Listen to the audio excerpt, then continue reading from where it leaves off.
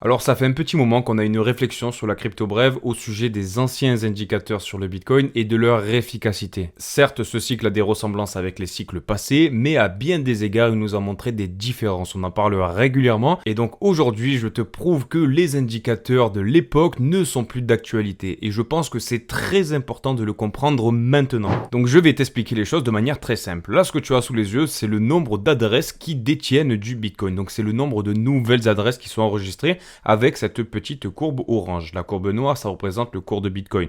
Très bien, jusque-là, tu me suis. Ok, on a vu par le passé, et c'est tout à fait logique, c'est tout à fait normal, lorsqu'on commence à avoir une explosion sur le Bitcoin, on a une explosion aussi proportionnelle du nombre de nouvelles adresses qui vont détenir du Bitcoin.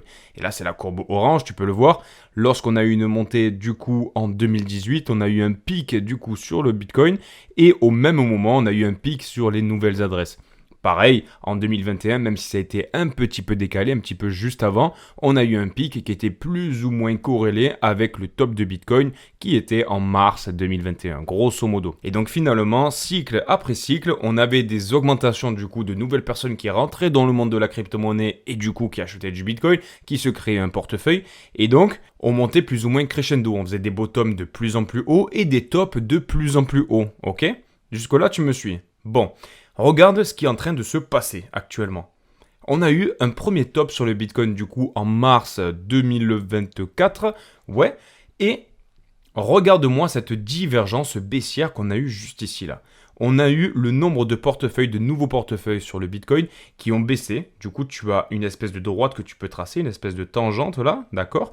Tandis que le cours du Bitcoin augmentait. Et ça a été encore plus flagrant avec les deux bottoms. Parce que là, tu as un Bitcoin qui est moins coûteux que ici, et pourtant le second bottom est plus bas que le précédent. Donc on a une grosse divergence baissière alors que le cours de Bitcoin augmente. C'est quand même bizarre. On a de moins en moins de personnes qui s'intéressent au monde du Bitcoin, qui téléchargent du coup des applications qui vont créer des adresses pour détenir du Bitcoin, mais on a le cours de ce dernier qui augmente. C'est chelou. Lorsque le Bitcoin a atteint les 100 000 $, on était approximativement à 10 millions de nouveaux portefeuilles Bitcoin qui étaient créés, tandis que en novembre 2023, on était à 16 500 000 nouveaux portefeuilles de Bitcoin qui étaient créés. On a une divergence qui est monumentale. D'ailleurs, si tu regardes la Google Trend, elle nous le dit. Elle nous le dit, ça fait maintenant plus de 3 ans qu'on est dans le bateau là. On a eu un Bitcoin qui dépasse les 100 000 $. Et regarde, on est venu atteindre sur la Google Trend les 60 ou 65, bref, peu importe. Alors que si tu regardes en 2021, on avait un intérêt autour de la recherche du mot Bitcoin sur la Google Trend qui était au summum à 100 sur cet indicateur, alors que le Bitcoin a avoisiné les 60 000 $. Donc c'est pour te dire, il y a vraiment eu un désintérêt total durant ce cycle. Et c'est bel et bien clair, c'est bel et bien notable, c'est factuel. Alors si on revient sur cette courbe, on peut se poser la question, comment ça se fait que le cours de Bitcoin augmente alors qu'on a de moins en moins de personnes qui s'y intéressent, qui en achètent, qui essayent de graviter autour de l'écosystème? Bon, tu peux avoir plusieurs théories. La première, c'est de se dire que voilà, on a un désintérêt total pour le monde du Bitcoin et de la crypto-monnaie, tout le monde s'en fout. Bah non, parce que le cours de Bitcoin, il augmente. Donc cette théorie, elle tombe à l'eau. La seconde théorie, c'est de se dire, ok, le retail, ce n'est pas encore arrivé parce que les gens, ils sont un petit peu traumatisés de l'époque de 2021, de 2023, des longs ranges qu'on a eu, et donc ils se sont complètement désintéressés de la crypto-monnaie, et ils reviendront lorsque le Bitcoin montera 300-400 000 $. Alors c'est pas complètement faux, mais le Bitcoin a quand même passé les 100 000 $. Il a passé les 100 000 $, et pour autant sur la Google Trend, ça n'a pas vraiment explosé quoi. Alors oui, certes, l'intérêt autour de la recherche Bitcoin, il va augmenter et cette courbe risque d'évoluer lorsque le Bitcoin dépassera des targets qui seront vraiment très impressionnantes, tu vois, je suis complètement d'accord avec toi. Mais je pense que la troisième théorie, c'est la bonne. Et je pense que tu vois là où je veux en venir. Eh bien c'est qu'en fait le cours de Bitcoin a été supporté vraiment en très grande partie avec les institutions, avec les ETF, avec Michael Saylor, avec Metaplanet, avec toutes les entreprises qui commencent à accumuler du Bitcoin, à faire une course à l'armement. Ce qu'on se répète depuis maintenant plus d'1 an, c'est en train d'opérer et tu le vois. Il y a de moins en moins de personnes qui s'intéressent au Bitcoin. Le Bitcoin, il augmente. Et il augmente, il est passé des 15 000 $ et il est monté en direction des 112 000 quoi. Bon, il a fait 1 x 10 quoi quasiment. Donc là, ce qu'on est en train de voir, c'est complètement factuel. On a les institutions qui mènent la danse sur le Bitcoin à partir de maintenant. Quand je parle d'institutions, je parle d'ETF, je parle d'ETN, je parle de trust, peu importe ce que tu veux, l'accumulation. Ces gros sont en train d'accumuler un maximum de Bitcoin. À un moment donné, le retail va rentrer lorsque le Bitcoin aura atteint des zones qui seront hyper impressionnantes. Bien sûr, je te l'accorde, lorsqu'on aura de belles performances et notamment sur de la crypto-monnaie, ça va pouvoir attirer le retail parce qu'on va avoir des performances de ouf sur certaines cryptos, etc. Et donc ces fameux indicateurs hyper célèbres qui dans l'histoire de Bitcoin n'ont jamais failli, ils ont toujours montré le top de Bitcoin, comme par exemple le Pule multiple, le 2 years EMA multiplier, l'USDT flexible, saving, l'altcoin, nanani nanana, bref, grosso modo, il n'y en a aucun qui s'est allumé pendant tous les petits tops qu'on a eu. Et tu peux me croire, ce que tu as vécu pendant ce cycle, c'est 2 bull run et 2 bear market. Bon. Et donc dans cette vidéo, j'ai vraiment envie de mettre l'accent pour le peu de personnes qui me regardent. Faites attention à tous les créateurs de contenu, tous les influenceurs que vous pouvez voir qui en plus sont très connus et sont suivis, ont de grandes influences dans le monde de l'investissement et de la crypto-monnaie parce qu'ils montrent essentiellement, ils s'appuient sur ces fameux indicateurs qui, moi je pense, sont de moins en moins efficaces depuis maintenant la création des ETF et l'accumulation de plein d'institutions qui viennent changer la donne. Et maintenant les indicateurs, ça n'existe pas encore, du moins j'en ai pas trouvé. Si tu en connais, n'hésite pas à me le dire en commentaire. On a besoin d'avoir des indicateurs qui vraiment analysent les mouvements d'argent qui arrivent de la part des institutions, qui arrivent de la part de Michael Saylor qui apporte énormément d'argent, de la part des ETF. Essayez de voir quand on a de l'accélération, quand on a de l'euphorie, quand ça commence à surchauffer sur tout l'argent qui rentre de la part d'une seule personne, enfin d'une seule entreprise comme Michael Saylor par exemple, tout ce genre de choses où tu pourras te dire ok, là, par exemple, Michael Saylor, il commence vraiment à surchauffer. Peut-être qu'il va commencer à ralentir ses achats. Et donc, forcément, il va apporter de moins en moins de pression acheteuse. Et donc, ça va se ressentir sur le cours de Bitcoin à un moment donné. Parce que l'inflow, il vient de là maintenant. Il vient de là. Et donc, c'est pour ça que sur la crypto bref, je me force régulièrement à te partager des indicateurs maison où on regarde l'accélération, on regarde l'euphorie, la tendance d'achat de la part des ETF, de la part de Michael Saylor. C'est d'ailleurs ce que je t'ai partagé sur le groupe privé de la crypto bref, du coup, qui est gratuit, mais il y a plein de personnes qui sont venues dans la salle d'attente, ils n'ont pas renseigné l'UID. C'est tout simple à faire. Je te le montre 2 petites secondes, mais lorsque tu arrives dans la salle d'attente, du coup, tu as ce petit message et il faut que tu sois juste affilié à ZoomX ou BingX et que tu fasses un dépôt de $100. C'est la seule petite condition. Et du coup, comme je l'ai écrit, là, je vais venir prendre quelques petites cacahuètes à ces exchanges sans que ça ait de coût direct pour toi. Donc, une fois que tu as créé ton compte et que tu as déposé l'argent, tu viens écrire ton UID juste ici, hop, et ensuite tu rentreras sur le groupe premium de la crypto bref où je te partage tous ces petits indicateurs maison. Donc, c'était vraiment le message de bienveillance. Je pense que voilà, c'est ma petite prédiction, tu vois. De plus en plus, tous ces indicateurs, ils vont devenir obsolètes. De plus en plus, on va utiliser de nouveaux indicateurs qui vont sortir de terre. C'est ma petite prédiction, voilà, ma petite boule de cristal, qui vont suivre forcément des grandes institutions qui apportent énormément d'argent, qui créent réellement maintenant la pression acheteuse sur le Bitcoin. Dans tous les cas, pour l'instant, on se fait des indicateurs à la main qu'on étudie ensemble. Je t'en partage régulièrement, je t'en repartagerai, ne t'inquiète pas. Mais si tu veux aller un petit peu plus en profondeur, viens sur le groupe Telegram que je te mets en description. Du côté de Bitcoin, si on fait un petit point rapidos, ce qui semble arriver, c'est que le Bitcoin est en train de décrocher de cette espèce de running, ce petit canal ascendant qu'on tire derrière nous depuis maintenant le début du mois de mai. Est-ce qu'on va faire une nouvelle jambe baissière vers le bas? Écoute, c'est pas impossible. Regarde, c'est ce qui était arrivé ici, tu vois, on avait essayé d'aller chercher le top de Bitcoin, suite à quoi on avait fait une petite jambe baissière pour faire un beau W des familles qui nous avait amené ensuite à faire une distribution en direction des $109 000 et de venir piquer la liquidité qu'il y avait au-dessus de notre précédent top. Est-ce que c'est ce qu'on va avoir? Est-ce qu'on aura une expansion? De toute manière, il faudra se tenir prêt lorsqu'on commencera à s'approcher de l'ancien ATH. Bon, ça c'est la première chose. La seconde chose, c'est concernant la Bitcoin dominance. Nom de Dieu, on est à 2 doigts de céder là, bon sang de bonsoir. On est venu taper cette zone sur le Fibonacci, le retracement de Fibonacci, tu vois, sur la zone des 0,75. C'est la 4e fois qu'on vient taper cette zone et qu'on est repoussé au sud. Donc on a fait une petite percée, mais voilà, pour l'instant, pas de grosse folie. On aimerait l'avoir chuté, tu vois, en direction des 62%. À partir de ce moment-là, tu vois, je pense que si on commence à atteindre des 62%, on peut avoir un petit crash vers le bas. qui pourrait certes être rapide, mais être très bénéfique pour le monde de la crypto-monnaie. Parce que mine de rien, avec un Ethereum qui fait de plus en plus de belles performances à côté de Bitcoin, eh bien ça va dans l'autre sens. Ça va dans le sens de faire baisser la Bitcoin dominance et d'entraîner les altcoins avec lui. Là, tu vois, je suis sur la charte du contrat CME d'Ethereum.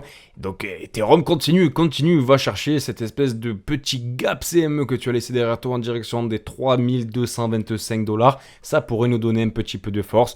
Bon, tu le sais, après Ethereum, il a encore des possibilités d'aller plus haut. On s'était dit plein de petits targets, notamment aux alentours des 4000 $. C'est pas inenvisageable, d'autant plus que là, on est une espèce, tu vois, de canal avec une target, si tu prends la jambe haussière qui t'a amené dans ce dernier, qui te propulserait en direction des précédents sommets de décembre 2024. Donc tu vois, d'un point de vue chartiste, c'est pas déconnant. On espère que ça arrivera incessamment sous peu. Et donc concernant les altcoins, c'est sans grande surprise. On se l'était dit, ça fait plusieurs fois qu'on en parle, tu vois, sur la crypto brève.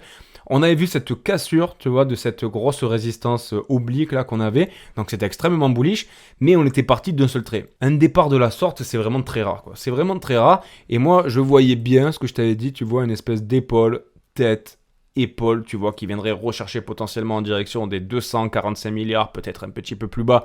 Il faut pas qu'on aille en dessous des 229 milliards, hein, tu l'as compris. Mais ça pourrait te permettre du coup de faire un épaule tête-épaule que tu pourrais ensuite te servir pour aller chercher les sommets qu'on a eu en mai, tu vois, en direction des 300 milliards de $. On a une petite résistance sympatoche qui nous attend là. Donc, est-ce que ça va se passer? Ben écoute, c'est pas impossible, on va surveiller ça de près. Ensuite, pour faire un petit update sur le long term holder supply qui te montre l'accumulation des investisseurs long terme sur le Bitcoin. Là, tu vois, voilà, je rebondis sur ce qu'on a dit tout à l'heure, mais regarde, les cycles sont vraiment différents. À l'époque, on accumulait, boum, on descendait gentiment, on vendait, on avait un transfert de liquidité. Là, pareil, et là, tu vois, on a deux bull run et bear market à l'intérieur d'un même cycle. Bon, bref. Pour faire le petit update, du coup, qu'est-ce qu'on a? On a, ben, pas grand-chose. Il semble que ça se stabilise de ce point de vue-là. Donc, on va attendre de voir si on voit, du coup, une espèce de plateau qui commence à se briser, comme là et là. Il faudra compter le nombre de jours parce qu'en général, le transfert de liquidité, tu le sais, on a une période temporelle qui est plus ou moins identique. Ouais, c'est bizarre, mais c'est la vérité. Pour remettre les pieds dans le plat du côté des ETF de Bitcoin, on a eu 431 nouveaux BTC qui ont été achetés, avec 336 de la part de BlackRock. Donc écoute, ça commence à être sympatoche. Si on voit que ça continue pendant encore une bonne dizaine de jours, là, on pourra revoir nos plans du coup vis-à-vis de ce qu'on a dit autour de la latence qu'on peut avoir lorsqu'on a une cassure d'accélération, tu vois, vis-à-vis de l'inflow qui rentre de la part des ETF Bitcoin. Alors suite à ce qu'on s'est dit hier concernant l'analyse des Ethereum de BlackRock qui ont été déplacés vers plein de petits portefeuilles, ils ont fait 41 portefeuilles, tu vois, sur lesquels ils ont envoyé 10 000 Ethereum, tu vois, sur chacun d'eux. Et donc voilà, on s'est posé la question hier, on s'est dit mais pourquoi, quel est leur plan, est-ce qu'ils veulent passer un peu en mode fantôme, tu vois? Bon, ce qui s'est passé, c'est que pour l'instant, aujourd'hui, il n'y a rien eu. Chacune de leurs adresses détient toujours les 10 000 ETH, donc ils n'ont pas encore bougé. De toute manière, on va suivre ça de près. Dès qu'ils bougeront leurs Ethereum de ces adresses-là, tu seras le premier au courant. Donc, si tu veux te tenir au courant, je t'invite à t'abonner si tu ne l'es pas déjà. Ensuite, si on fait un petit point sur le classement de Coinbase dans l'App Store qui permet de te montrer lorsque le retail, c'est lorsque les nouveaux, la viande fraîche, le bétail, t'appelles ça comme tu veux, rentrent dans le monde de la crypto-monnaie. Lorsqu'on commence à s'approcher, tu vois, des cibles aux alentours des 10 sur le classement de l'App Store de Coinbase, là, ça commence vraiment à s'échauffer, tu vois. Et là, il y a le transfert de liquidité qui est en train de se faire. Pour l'instant, on est encore plus ou moins bas, d'accord? Mais ce qui est intéressant de noter, que j'ai constaté, c'est qu'on est en train de faire un petit W sympatoche pour la journée du 10 juin. On est monté à 362 sur le classement de Coinbase, tandis que tu vois la ligne de coup, on était aux alentours, 361 ou 360. Donc, on jouait un petit peu avec les positions, mais est-ce qu'on n'aurait pas un double bottom qui serait en train de se créer avec un beau W qui nous amènerait potentiellement à terminer une bonne fois pour toutes cette figure d'épaule tête-épaule, avec un épaule qui est un petit peu plus large, tu vois, un petit peu bizarre l'épaule. Mais bon, on suivra ça ensemble de toute manière. Alors voilà, je te partage un post sympathique pour rigoler un petit peu. On a la directrice générale, attention, de la stabilité financière et des opérations, rien que ça là, de la Banque de France, qui a annoncé qu'il y a de nombreuses crypto-actifs, et notamment le Bitcoin, qui n'est basé sur rien. Putain, elle l'a osé quoi, c'est ouf. Bon, on va pas se faire un petit cours sur Bitcoin, les gars, sur quoi est-ce qu'il est adossé, le coût de l'énergie, le minage, etc. Mais bon, vous voyez de quoi je veux parler, hein. Vraiment relou la meuf. Ensuite, concernant le tirage au sort de la crypto brève, hop, j'ai pas eu le temps, je le fais là tout de suite. Regarde, on se prend un petit numéro, on s'en regarder. On a le numéro 46 88 42 237. Donc si c'est ton UID, je te l'écris juste en bas. Envoie-moi un message sur Telegram et je t'enverrai tes 100$ que tu as gagné grâce à ZoomX. Bravo à toi. Je réalise une tombola toutes les 2 semaines. Donc si tu veux y participer, c'est tout simple. En description de la vidéo, le premier lien, tu cliques dessus et ça t'amène sur cette page. Clique sur ma tête juste à gauche et ensuite tu viens cliquer sur le bouton juste à gauche pour t'inscrire. Vérifie bien de passer par ce chemin-là parce que sinon tu ne bénéficieras pas des avantages mis à disposition par ZoomX. Il y a une personne qui hier m'a dit qu'il n'était pas passé par là et il n'avait pas accès à tout ce petit schmilblick. Bon, ZoomX a réussi à rattraper le tir, mais tu vois, il y a des trucs qui sont plutôt sympathiques. Déjà, il y a la tombola que je réalise moi. En déposant 100$, ZoomX te permet de faire une position à 1000$, ok? Et les rewards, donc les récompenses, c'est pour toi. Donc c'est comme si tu avais tradé avec 1000 alors que tu trades avec 100$.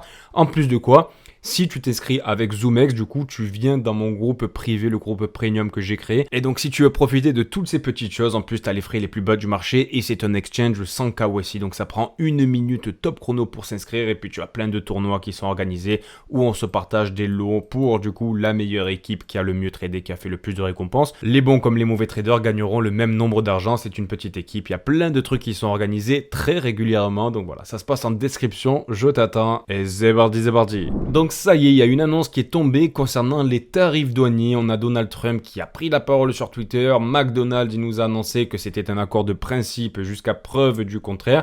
Les États-Unis imposeront un tarif de 55% sur les produits chinois. Et les Chinois imposeront 10% sur les Américains. Et en contrepartie, il y aura des importations de terres rares en provenance de la Chine pour les États-Unis qui vont faire partie de ce deal. Ensuite, on a l'inflation core qui est tombée aux États-Unis. Les chiffres étaient un petit peu plus bas que les attentes. On est tombé à 2,4% d'inflation. Et directement dans la foulée, on a Donald Trump sur Truth Social qui a dit que les chiffres étaient formidables et que la Fed devrait abaisser d'un point complet. On paierait beaucoup moins d'intérêts sur la dette qui arrive à échéance. Il n'a pas complètement tort, je sais qu'il y a une réunion qui doit se passer fin juin, si je dis pas de bêtises, et en septembre, concernant du coup l'échéance du paiement des intérêts de la dette. On va voir où est-ce que ça va nous amener. Est-ce que Jérôme Powell va écouter son bon vieux président ou est-ce que ça va rentrer d'une oreille, ça va sortir par l'autre? Bon, on verra ça ensemble. Et une petite news sympatoche, on a le PDG de la Bank of America qui déclare que la banque développe un stablecoin de manière indépendante et en collaboration avec des partenaires du secteur. Donc c'est vraiment à la mode, tout le monde commence à s'y mettre, même les messieurs qui crachaient sur nous à l'époque, qui disaient que c'était fait pour blanchir l'argent, bref, ben voilà, ils commencent à s'y intéresser et ils se rendent compte de la puissance du monde de la crypto-monnaie. Pour le coup, c'est les stablecoins parce qu'ils peuvent faire énormément d'argent avec ça. Bon, sur ce, si cette vidéo t'a plu, merci de jouer le jeu en me laissant un petit like, un petit commentaire pour me donner ton avis, me faire un petit coucou, ça fait toujours plaisir et on se retrouve demain à 5h du matin, donc prends soin de toi, bisous, ciao ciao.